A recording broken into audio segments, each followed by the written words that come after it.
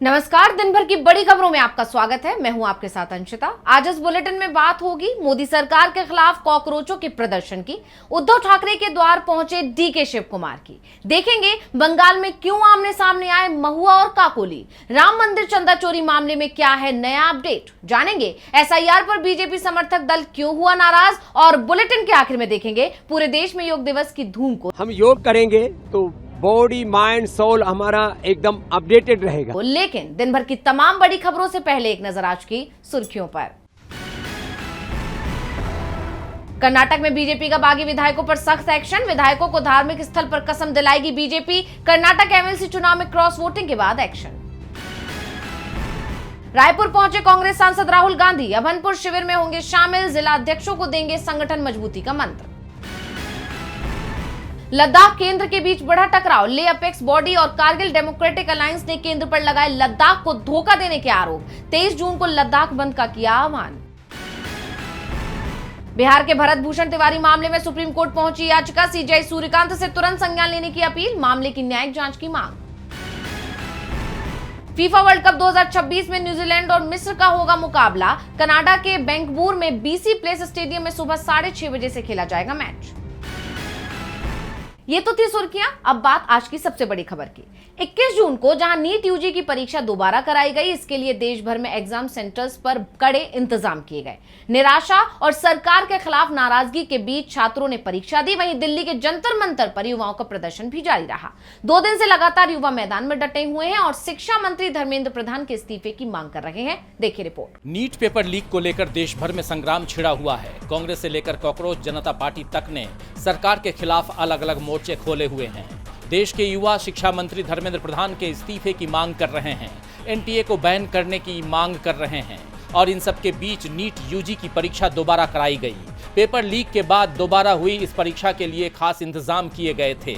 देश भर के 551 शहरों और विदेश के 14 शहरों में बने 5440 केंद्रों पर 22,79,000 से ज्यादा छात्रों ने परीक्षा दी और इस बार सभी केंद्रों पर काफी सख्ती भी दिखाई दी। 2 लाख से ज्यादा सुरक्षाकर्मी तैनात किए गए। पहली बार वायुसेना के विमान और हेलीकॉप्टरों ने 200 से ज्यादा उड़ानें भरकर सभी केंद्रों पर पेपर पहुंचाए। खबरें तो यहां तक आई कि पीएम मोदी 45 मिनट तक दिल्ली एयरपोर्ट पर ही रुके रहे ताकि ट्रैफिक बाधित न हो और स्टूडेंट्स को एग्जाम सेंटर्स तक पहुंचने में कोई दिक्कत न हो। यानी सरकार की तरफ से पूरी कोशिश की गई कि छात्रों को दोबारा परीक्षा देने में किसी परेशानी का सामना न करना पड़े, लेकिन छात्रों की मांग मानने को वो तैयार नहीं है। शिक्षा मंत्री के इस्तीफे को लेकर युवा अड़े हुए हैं, लेकिन सरकार ने चुप्पी साध रखी है। अब सवाल ये उठ रहे हैं कि क्या सरकार इस बात की गारंटी दे सकती है कि इस बार पेपर लीक नहीं हुआ है। दिल्ली के जंतर मंतर पर देश के अलग अलग कोने से आए युवा प्रदर्शन कर रहे हैं। वैसे तो ये प्रदर्शन कॉकरोच जनता पार्टी के आह्वान पर हो रहा है, लेकिन जिस तरह युवाओं ने इस मंच पर आकर मोदी सरकार के खिलाफ अपना गुस्सा जाहिर किया है, उसके बाद ये प्रोटेस्ट अब युवाओं का आंदोलन बन गया है। 2 दिन से युवा मैदान में डटे हुए हैं। दूसरे दिन भी तमाम पोस्टर दिखाई दिए। कुछ पर शिक्षा मंत्री के इस्तीफे की मांग थी तो कुछ उन छात्रों के लिए न्याय की मांग कर रहे थे जिन्होंने पेपर लीक से हुई निराशा के चलते अपनी जान ही ले ली। एक पोस्टर पर तो यहाँ तक लिखा था कि सिंहासन खाली करो। गौरतलब है कि रामधारी सिंह दिनकर की कविता की ये पंक्ति कि सिंहासन खाली करो कि जनता आती है, 1974 में जेपी आंदोलन के दौरान रामधारी सिंह दिनकर की लिखी कविता की ये लाइन काफी प्रचलित हुई थी। उस वक्त लोक नायक जयप्रकाश नारायण यानी जेपी के नेतृत्व में यह आंदोलन तत्कालीन प्रधानमंत्री इंदिरा गांधी की सरकार में बढ़ते भ्रष्टाचार, बेरोजगारी और कुशासन के खिलाफ शुरू हुआ था। और अब एक बार फिर जब ये नारा दिल्ली में मोदी सरकार के खिलाफ गूंज रहा है तो साफ हो जाता है कि अब युवाओं ने भी इस सरकार को कुर्सी से हटाने का मन बना लिया है। कॉकरोच जनता पार्टी ने ऐलान कर दिया है कि लगातार दूसरे दिन भी कॉकरोच जंतर मंतर पर रात भर डटे रहेंगे। जब तक धर्मेंद्र प्रधान इस्तीफा नहीं देते हम यहां से नहीं हटेंगे। अगर सरकार को लगता है कि थकान से ये आंदोलन खत्म हो जाएगा तो वो गलतफहमी में है। ये विरोध और भी बड़ा होगा, यानी ये आंदोलन अब और बड़ा रूप लेने वाला है। ऐसे में देखना ये होगा कि इसका देश की सियासत पर क्या असर पड़ता है।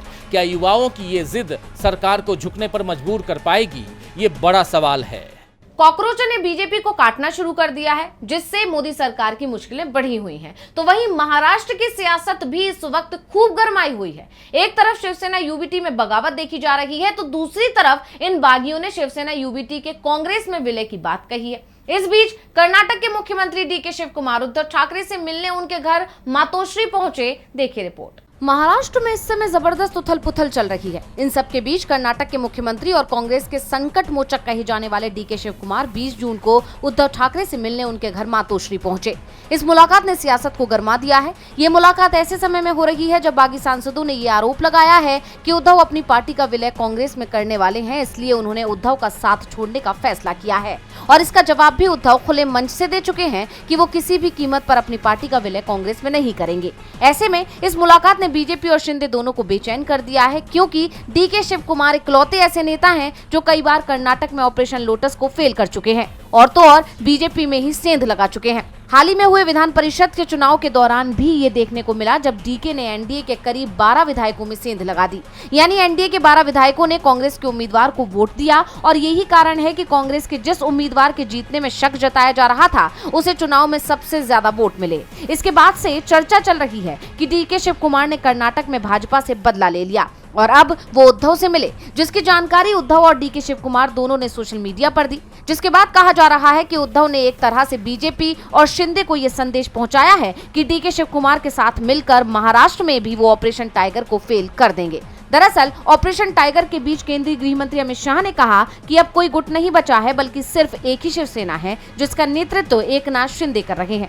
अब राजनीति के जानकार कह रहे हैं कि बीजेपी कोई बड़ा प्लान बना रही है और उसे ही फेल करने के लिए उद्धव शिव कुमार से मिले और बीजेपी की रणनीति को कैसे फेल करना है और ऑपरेशन टाइगर को कैसे नाकाम करना है, इस पर दोनों के बीच चर्चा हुई।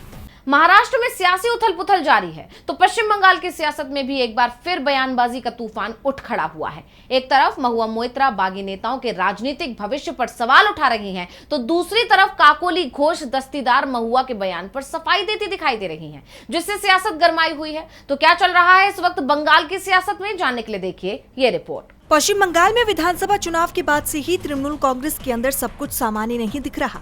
पार्टी के कई नेताओं के रवैये और बयानों ने ये संकेत दिया कि टीएमसी के अंदर असंतोष की चिंगारी लगातार सुलग रही है। इसी बीच सांसद महुआ मोइत्रा का एक बयान राजनीतिक गलियारों में चर्चा का विषय बन गया।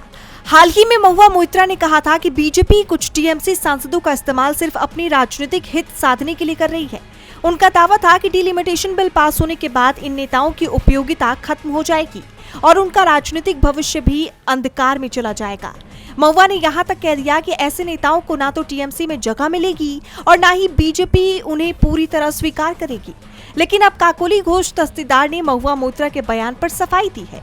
उन्होंने महुआ के बयान को गलत बताते हुए कहा कि जनता ऐसी राजनीति को पहले ही खारिज कर चुकी है। उनके मुताबिक जनादेश साफ है और लोग नेताओं के भविष्य का फैसला बयानबाजी से नहीं बल्कि वोट के जरिए करते हैं। जैसे आप जानते हैं कि टीएमसी बीजेपी पर अपनी पार्टी को पूरी तरह से तोड़ने का आरोप लगा रही है और इसी का नतीजा है कि टीएमसी के कई सांसद पार्टी से इस्तीफा दे चुके हैं। इसी को लेकर राज्य का सियासी पारा हाई है। फिलहाल काकोली घोष दस्तीदार और महुआ मोइत्रा के बीच छिड़ी ये जुबानी जंग बंगाल की राजनीति को और गरमाने वाली है। बंगाल में मचा सियासी घमासान थमने का नाम नहीं ले रहा, तो फुल स्टॉप राम मंदिर से चढ़ावा चोरी होने के मामले पर भी नहीं लगता दिख रहा है। इस विवाद की जांच में जुटी एसआईटी ने अपनी जांच पूरी कर करीब 140 पन्नों की रिपोर्ट तैयार की है, जो अब सीधे सरकार को सौंपी जाएगी। जांच के दौरान एसआईटी के हाथ कई ऐसे सबूत लगे हैं जो मंदिर में हुई भारी गड़बड़ी को उजागर करते हैं। देखिए रिपोर्ट। अयोध्या में राम मंदिर से चढ़ावा चोरी होने के मामले में विशेष जांच दल यानी एसआईटी का गठन किया गया था और अब एसआईटी ने अपनी जांच पूरी कर ली है और 20 जून की रात ही ये टीम अयोध्या से लखनऊ वापस लौट गई। जांच के दौरान एसआईटी ने 140 पन्नों की शुरुआती जांच रिपोर्ट तैयार की है, जिसमें कई बड़े खुलासे हुए हैं। जांच में दान पात्रों की खरीद रखरखाव और उसकी निगरानी व्यवस्था से जुड़ी गंभीर खामियां सामने आई हैं। वहीं मामले की पारदर्शी जांच के लिए पूरी प्रक्रिया की वीडियोग्राफी भी कराई गई है। जांच के दौरान टीम ने मंदिर के दान पात्रों के खरीद रखरखाव, दान संग्रह, गिनती और उसे बैंक में जमा करने की पूरी प्रक्रिया को खंगाला। अब तक दान की गिनती से जुड़े 5 आरोपियों से मिली जानकारी के आधार पर लगभग 2 करोड़ रुपए कैश और कुछ सोना बरामद किया जा चुका है। यही नहीं बल्कि रामलला को चढ़ाए गए कई बहुमूल्य हार और चांदी की शिलाओं का कोई रिकॉर्ड नहीं मिला, जिससे मामला और बढ़ गया। साथ ही मंदिर के ट्रस्ट पदाधिकारियों, कर्मचारियों और बैंक कर्मियों सहित 150 से ज्यादा संदिग्धों से पूछताछ भी की गई है। जांच के घेरे में आए लोगों में से लगभग 25 व्यक्तियों पर सीधी कार्रवाई होने की बात भी कही जा रही है, जिसमें सबसे पहला नाम ट्रस्ट के महासचिव चंपत राय का बताया जा रहा है।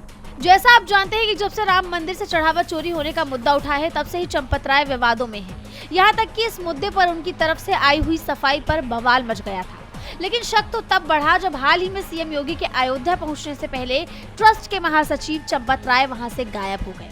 ऐसे में खूब सवाल उठे थे। जांच में सामने आई बातों से ये साफ हो गया है कि गड़बड़ी तो हुई है। वही अब एसआईटी अब किसी भी वक्त सरकार को जांच सौंप सकती है। हालांकि ये जांच पहले ही सौंप देनी थी, लेकिन नहीं सौंपी गई, जिस पर सपा प्रमुख अखिलेश यादव ने तंज कसते हुए एक्स पर पोस्ट किया कि एसआईटी ध्यान रखिए, कहीं जांच की रिपोर्ट ही चोरी ना हो जाए, फिर कहेंगे 15 दिन और इंतजार कर लो। दिन इसीलिए बढ़ा रहे हैं क्योंकि सबूत ठिकाने लगा रहे हैं।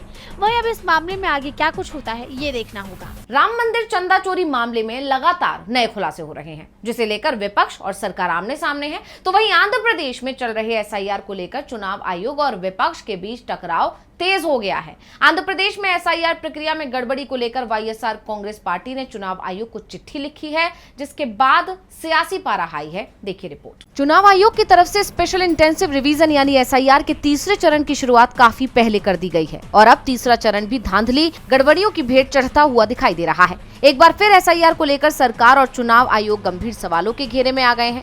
ताजा मामला सामने आया है आंध्र प्रदेश से। आंध्र प्रदेश में वाईएसआर कांग्रेस पार्टी यानी वाईएसआर-सीपी ने एसआईआर प्रक्रिया में गड़बड़ी होने का दावा किया है। न सिर्फ गड़बड़ी होने का दावा किया है, बल्कि सीधे चुनाव आयोग को चिट्ठी लिखकर कई गंभीर सवाल भी उठाए हैं। पार्टी का कहना है कि राज्य में एसआईआर प्रक्रिया के दौरान कई तरह की अनियमितताएं, परेशानियां और कमियां सामने आ रही हैं, जिनका असर निष्पक्ष और पारदर्शी तरीके से वोटर लिस्ट तैयार करने की प्रक्रिया पर पड़ सकता है। वाईएसआर-सीपी एमएलसी और राज्य महासचिव एल अपी रेड्डी ने मुख्य निर्वाचन अधिकारी विवेक यादव को भेजे पत्र में तत्काल सुधारात्मक कदम उठाने की मांग की है। पत्र में पार्टी ने बूथ स्तर के अधिकारियों यानी बीएलओ के काम में बाधा, पर्याप्त जन जागरूकता की कमी जैसे कई मुद्दे उठाए। यही नहीं, चिट्ठी में ये दावा भी किया गया है कि कुछ इलाकों में राजनीतिक नेता बीएलओ के साथ समीक्षा बैठकें कर रहे हैं।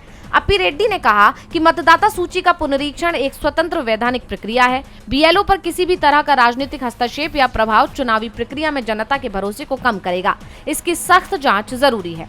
जैसा आप जानते हैं कि अब तक जहां जहां एसआईआर प्रक्रिया कराई गई है, वहां वहां इस पर विवाद देखने को मिला है, चाहे वो बिहार हो या बंगाल। और हैरानी की बात तो ये है कि जहां जहां ये प्रक्रिया हुई है, वहां बीजेपी की जीत हुई है, चाहे लहर किसी के भी पक्ष में भी रही हो। और अब आंध्र प्रदेश में एसआईआर प्रक्रिया में गड़बड़ी का मामला सामने आने के बाद बवाल शुरू हो गया है। एसआईआर में गड़बड़ी को दक्षिण में बीजेपी की तरफ से अपनी पैठ मजबूत करने के तौर पर देखा जा रहा है। ऐसे में वाईएसआर-सीपी का एनडीए में सहयोगी दल टीडीपी और चुनाव आयोग के बीच टकराव तेज होना तय माना जा रहा है। आंध्र प्रदेश में एसआईआर प्रक्रिया में गड़बड़ी को लेकर चुनाव आयोग कटघरे में खड़ा हो गया है, तो इधर बिहार विधानसभा चुनाव के बाद जनता दल यूनाइटेड ने अपनी ताकत और एकजुटता का बड़ा प्रदर्शन किया है।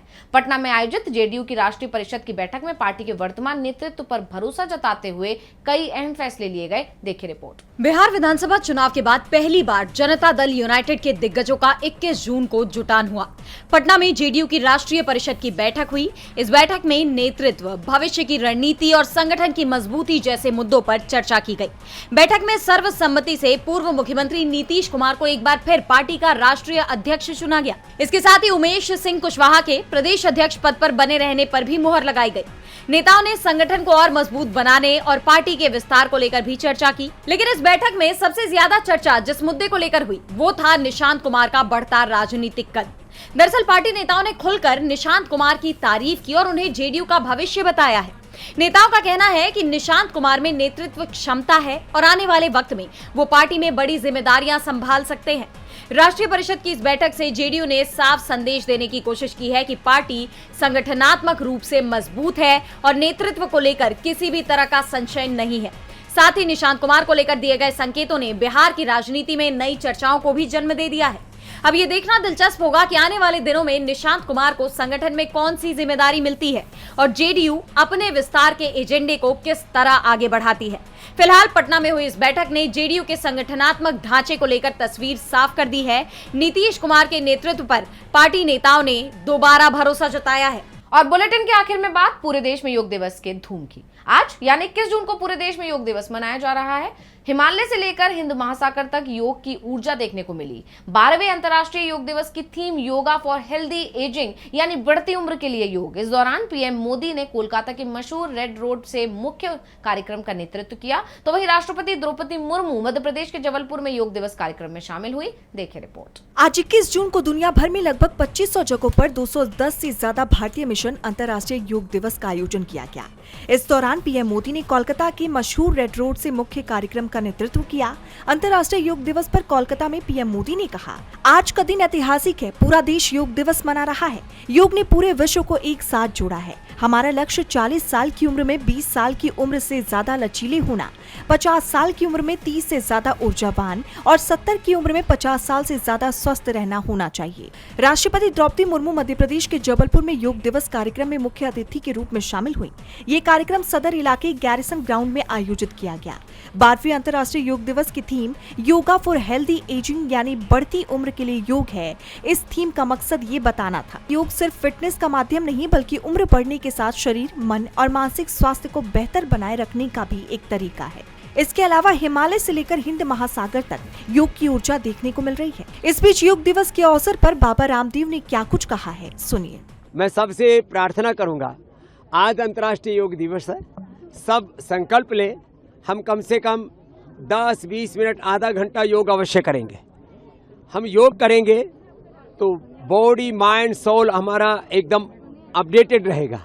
साल 2015 में जब संयुक्त राष्ट्र महासभा यानी UNGA ने 21 जून को अंतर्राष्ट्रीय योग दिवस के तौर पर मनाने के भारत के प्रस्ताव को अपनाया, तब से प्रधानमंत्री ने नई दिल्ली, चंडीगढ़, लखनऊ, न्यूयॉर्क, श्रीनगर और विशाखापट्टनम समेत कई जगहों पर इन आयोजनों की अगुवाई की है।